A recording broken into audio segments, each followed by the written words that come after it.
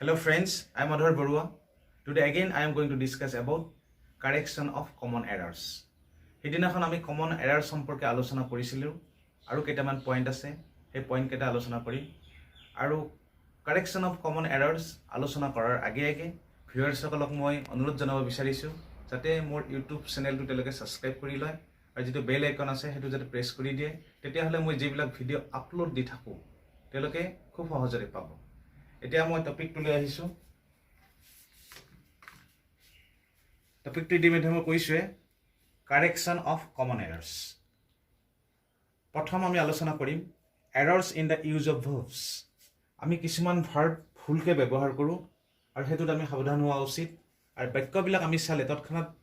শুদ্ধ যেন লাগে বাক্যবিলাক ভুলটো তৎক্ষণাত উলিয়াব নোৱাৰি ফৰ এক্সাম্পল এই বাক্যটো যদি আমি চাওঁ হি টক্স ইংলিছ ৱেল যেন শুদ্ধ হৈ আছে বাক্যটো ঠিক তেনেকুৱা লাগে কিন্তু ইয়াতে কিহত গোলমাল হৈ আছে এই টক শব্দটোৰ ক্ষেত্ৰত মানে ভুল হৈ আছে কাৰণ এই টকটো আমাৰ ভাৰ্বটো ইয়াতে কি কৰা হৈছে ভুলকে ব্যৱহাৰ কৰা হৈছে সেইকাৰণে কি বুলি কোৱা হৈছে errors in the use of verbs গতিকে আমি টক ভাৰ্ব ব্যৱহাৰ কৰিব নোৱাৰো ইনষ্টেড অফ টক কাৰণ ইংৰাজী কোৱাৰ ক্ষেত্ৰত আমি স্পোকেন ইংলিছ স্পীক গতিকে আমি স্পীক ব্যৱহাৰ কৰিব লাগিব speaks হেতু থাৰ্ড পাৰসন সিঙ্গুলাৰ নাম্বাৰ সেইকাৰণে ভাৰ্বৰ লগত কি যোগ হৈছে এজ যোগ হৈছে গতিকে শুদ্ধ এনসাৰটো হ'ব হি স্পিক্স ইংলিছ ৱেল তেওঁ ইংৰাজী খুব ধুনীয়াকৈ কয় ঠিক তেনেদৰে আমি দ্বিতীয় বাক্যটো চাওঁ দ্বিতীয় বাক্যটো ভাৰ্বৰে গোলমাল আছে ডন্ট ডু এ মিষ্টেক একেবাৰে শুদ্ধ যেন লাগে বাক্যটো কিন্তু এই বাক্যটোতো আমি ডু এই ভাৰ্বটো ভুলকৈ ব্যৱহাৰ কৰিছোঁ এনেকুৱা সেন্টেন্সৰ ক্ষেত্ৰত বাক্যৰ ক্ষেত্ৰত আমি ডু ব্যৱহাৰ কৰিব নোৱাৰো গতিকে ডুৰ হলনি ইনষ্টেড অফ ডুৰ পৰিৱৰ্তে we have to use make do not make a noise make next one is he will give the examination next year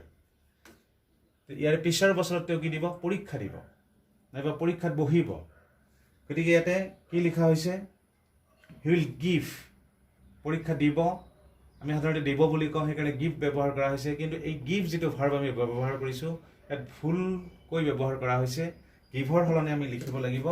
appear the correct answer is appear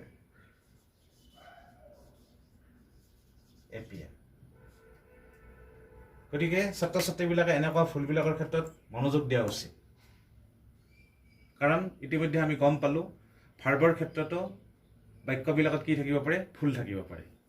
the next point hall errors in the interrogative form কেতিয়াবা আমি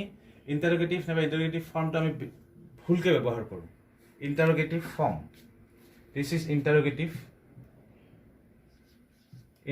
form so প্ৰথম বাক্যটো যদি আমি চাওঁ tell me how are you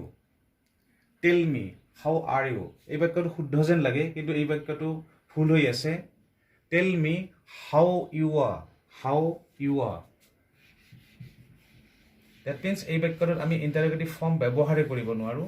এছাৰ্টিভত লিখিব লাগিব বাক্যটো tell me how you are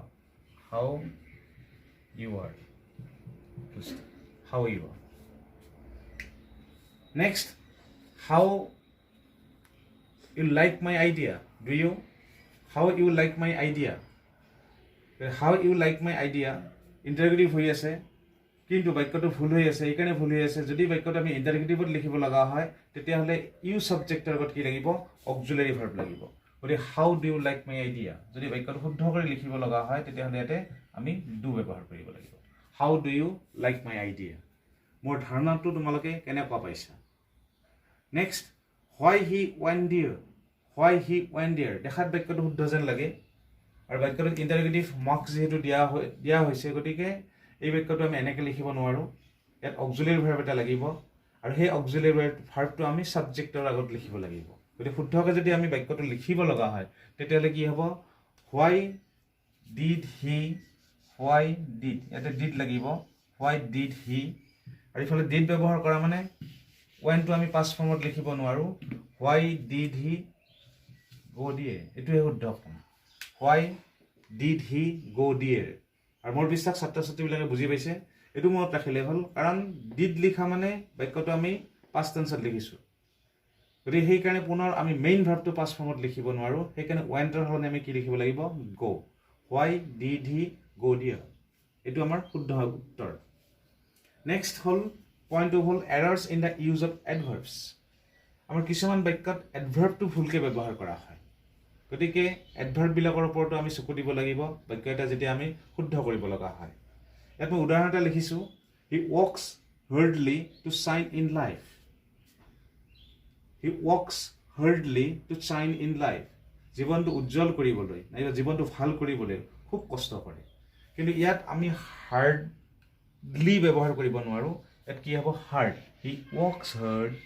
L ৱাইটো উঠি যাব he works hard he works hard to shine in life এতিয়া পিছৰ উদাহৰণটো লৈ আহিছোঁ হি এৰাইভড টাইমলি দেখাত বাক্যটো শুদ্ধ যেন লাগে ইয়াতো সেয়ে প্ৰব্লেম টাইমলি হ'ব নোৱাৰে টাইমৰ লগত এল নহয় এল ব্যৱহাৰ নহয় এল ৱাই ব্যৱহাৰ নহয় এই বাক্যটো যদি আমি শুদ্ধকৈ লিখিব লগা হয় কি হ'ব হি এৰাইভড ইন টাইম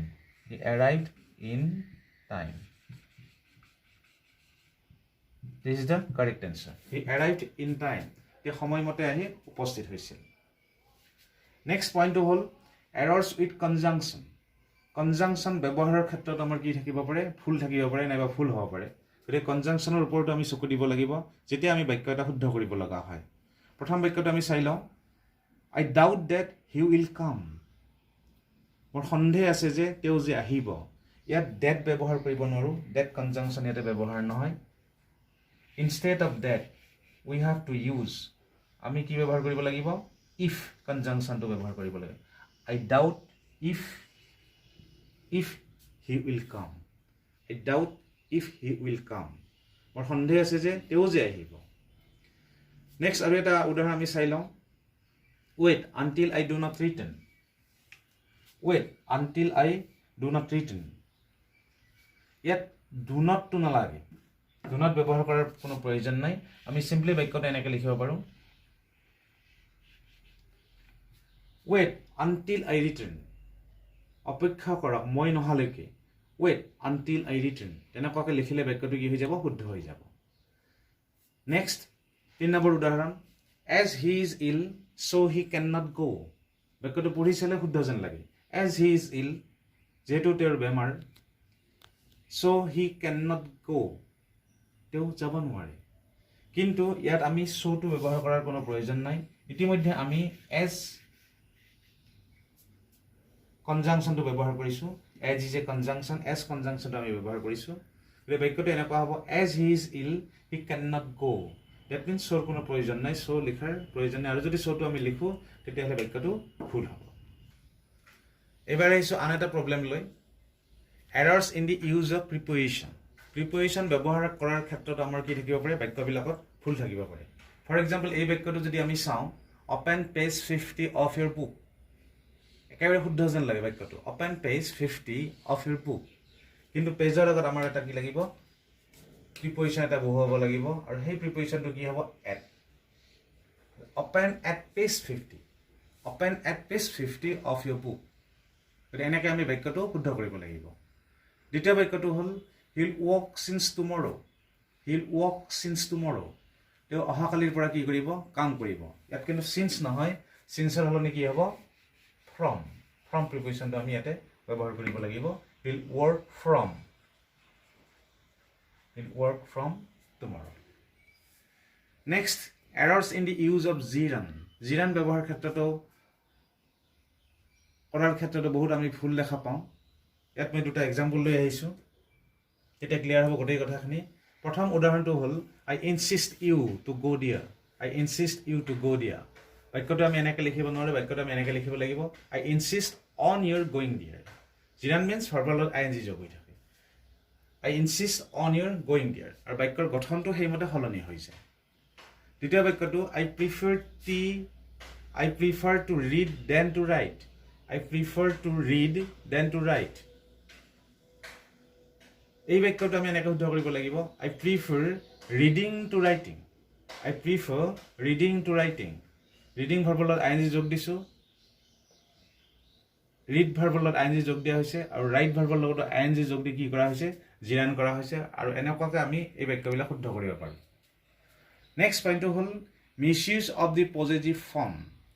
আমি পজিটিভ ফৰ্মটো আমি কেতিয়াবা ফুলকৈ ব্যৱহাৰ কৰোঁ ফৰ এক্সাম্পল প্ৰথম উদাহৰণটো যদি চাওঁ কথাখিনি ক্লিয়াৰ হ'ব I have read Keats' poems who is a great poet I have read Keats' poem who is a great poet এই বাক্যটো আছে এটাকে লিখিব লাগে I have read the poems of Keats I have read the poems of Keats তেতিয়া বাক্যটো আমাৰ কি হ'ব শুদ্ধ হ'ব I have read the poems of Keats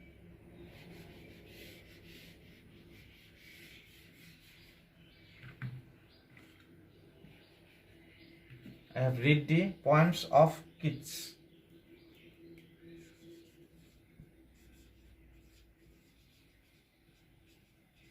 poems of Keats I have read the poems of Keats কেনেকৈ লিখিলে বাক্যটো শুদ্ধ হ'ব গতিকে বাক্যটো এতিয়া কি হ'ব I have read the poems of Keats who is a great poet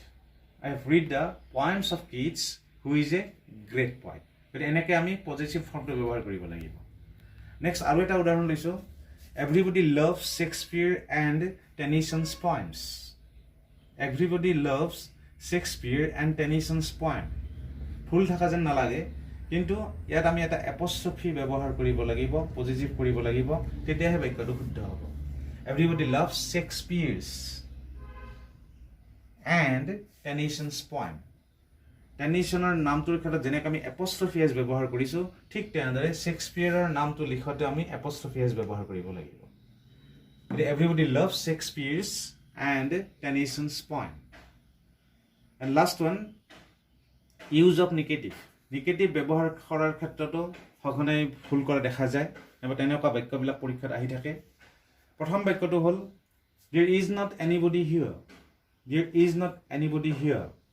এই বাক্যটো যদি আমি শুদ্ধ কৰোঁ there is nobody here not anybody হ'লে আমি কি লিখিব লাগিব there is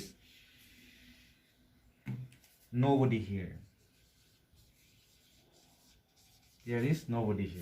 no থকা মানে বাক্যটো কি হৈ গ'ল নেগেটিভ হৈ গ'ল there is nobody here next last one